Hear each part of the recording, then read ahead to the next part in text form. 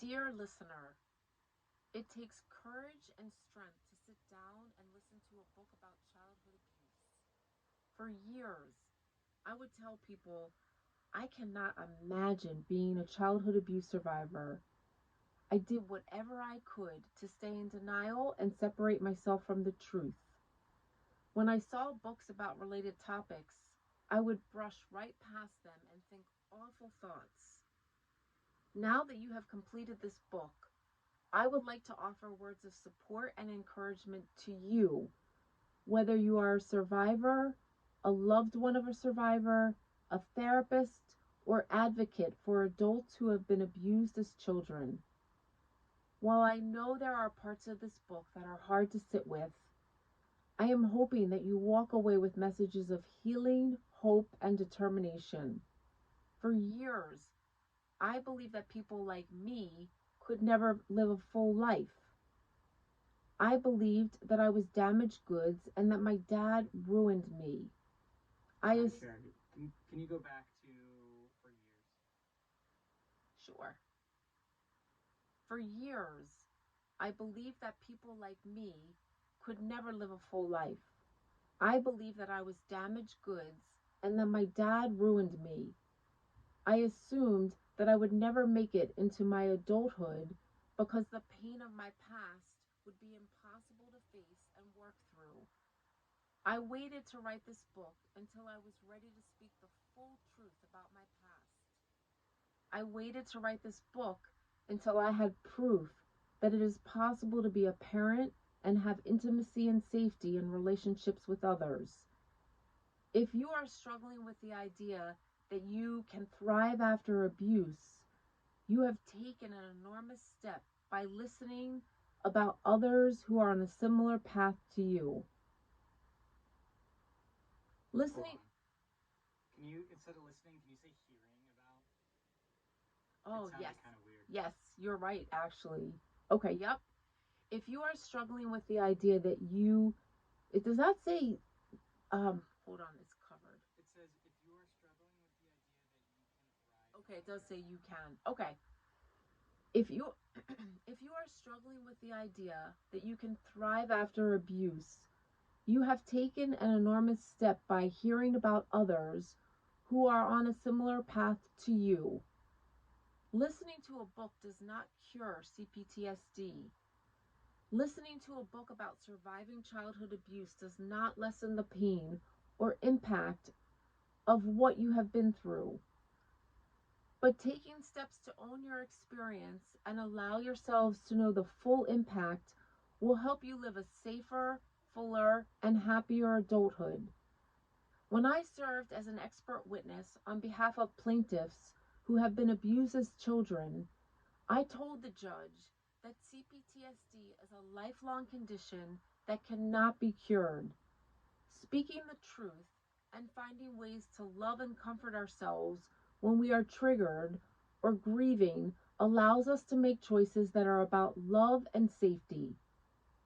Instead of shaming ourselves or thinking our lives can never be normal because of what happened to us, we can choose to make choices that do not replicate our past. We can choose to set boundaries, take time to grieve, and implement self-care and self-love. We can choose to talk in therapy or reach out to close loved ones when our triggers are getting in the way of being present. We can choose to accept who we are and know that we are much more than a survivor of childhood abuse. We are also other people's friends, loved ones, co-workers, advocates, and parents. These are statements I tell myself every day. 1. I am worthy. 2. I am lovable. 3. I am caring. 4. I am strong. 5. I am determined. 6. I am a fighter. 7. I am grateful. 8. I am free. 9. I am safe. And 10. I am healing.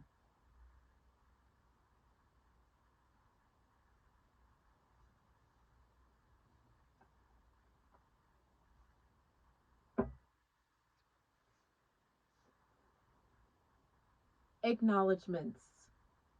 This book would not have been possible. This book would not have been possible without the courage and determination of the hundreds of clients I have met throughout the last 27 years. Their stories, the pain, the fight, the heartache, the triumph, and the healing I have witnessed in therapy with clients inspire me every single hour I sit down for another session. It was not until I became a therapist that I realized there are many other people out there who understand the shame, isolation, and fear that comes with facing our history of childhood abuse.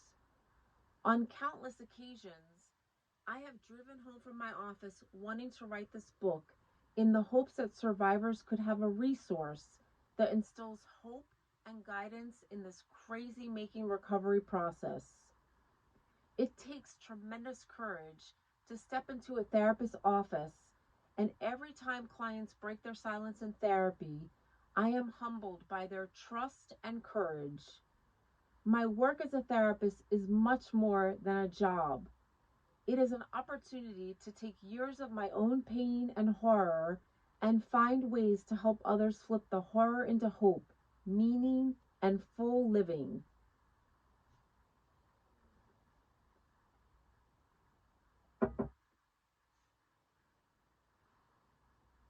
Throughout the last few decades, I have met some incredible colleagues and trauma specialists that have played a key role in my work as a therapist and my own journey of facing my history of childhood abuse.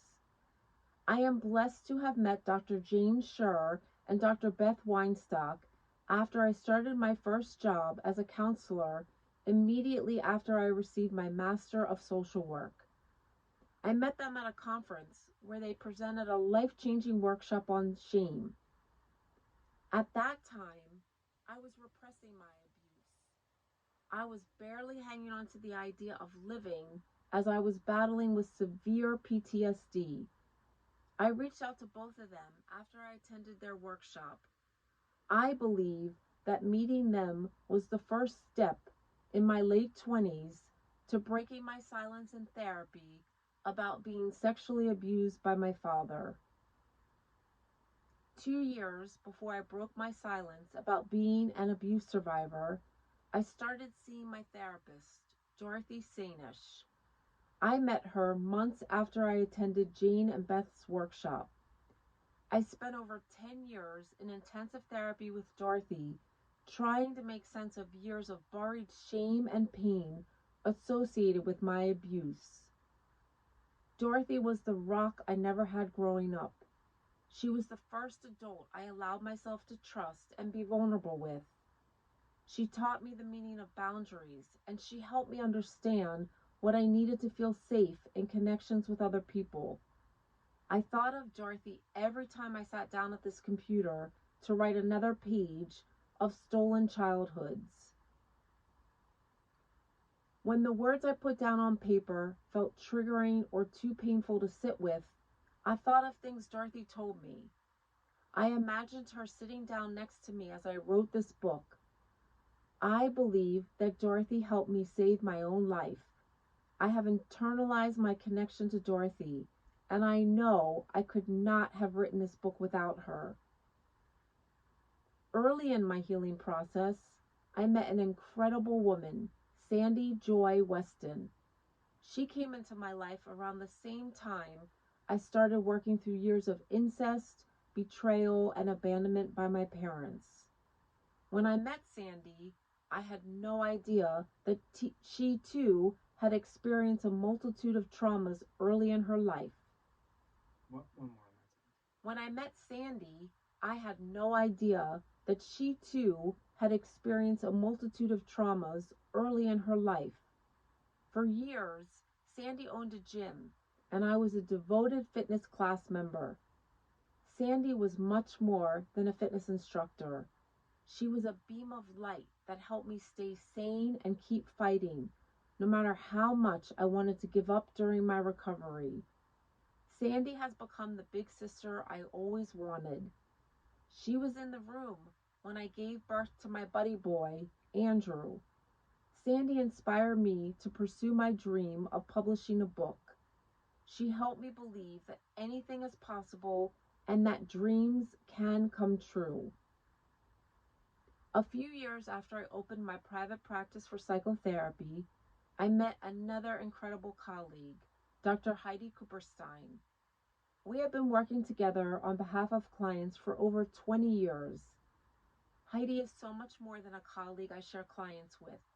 She is one of the kindest, most caring women I have ever met. I will never forget when she reached out to me days after I had surgery for thyroid cancer. She reassured me that all would be okay, and she helped me feel less alone and less ashamed about having cancer. She helped me understand that my cancer was not related to me breaking my silence about my abuse. Throughout the past 20 years, I have texted and called her hundreds of times when I am having flashbacks or when I feel overwhelmed personally or professionally. It was not until I met Heidi that I believe that there are therapists and psychiatrists out here that really do care. She is also like the big sister I never had. She has stood my she has stood by me throughout the writing process, and she reminds me that the pain will pass.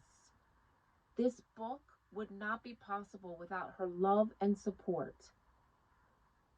Throughout the last 27 years, I have met and joined forces with so many inspiring and caring colleagues, journalists, and advocates who have helped me grow personally and professionally.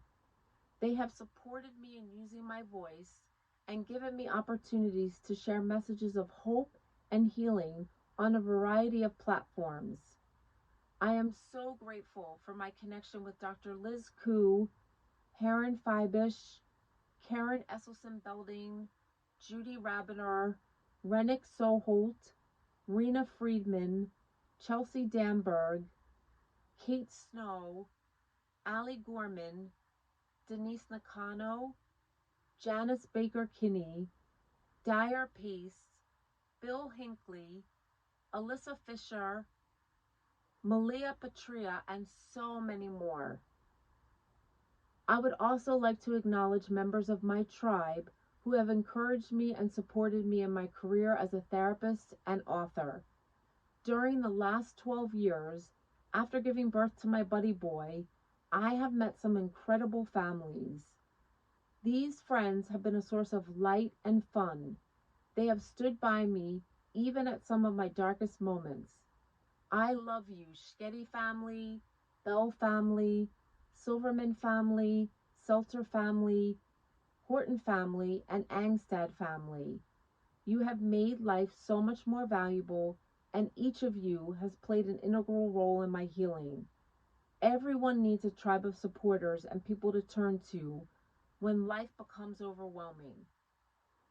Lastly, I would like to thank my book agent, Linda Connor, without whom this book would not be possible. She believed in me and helped me find an amazing publishing house, Rowman and Littlefield. I am so grateful to you for giving me this opportunity to share years of growth, meaning, understanding, and healing, and the means to share that with survivors all throughout the world.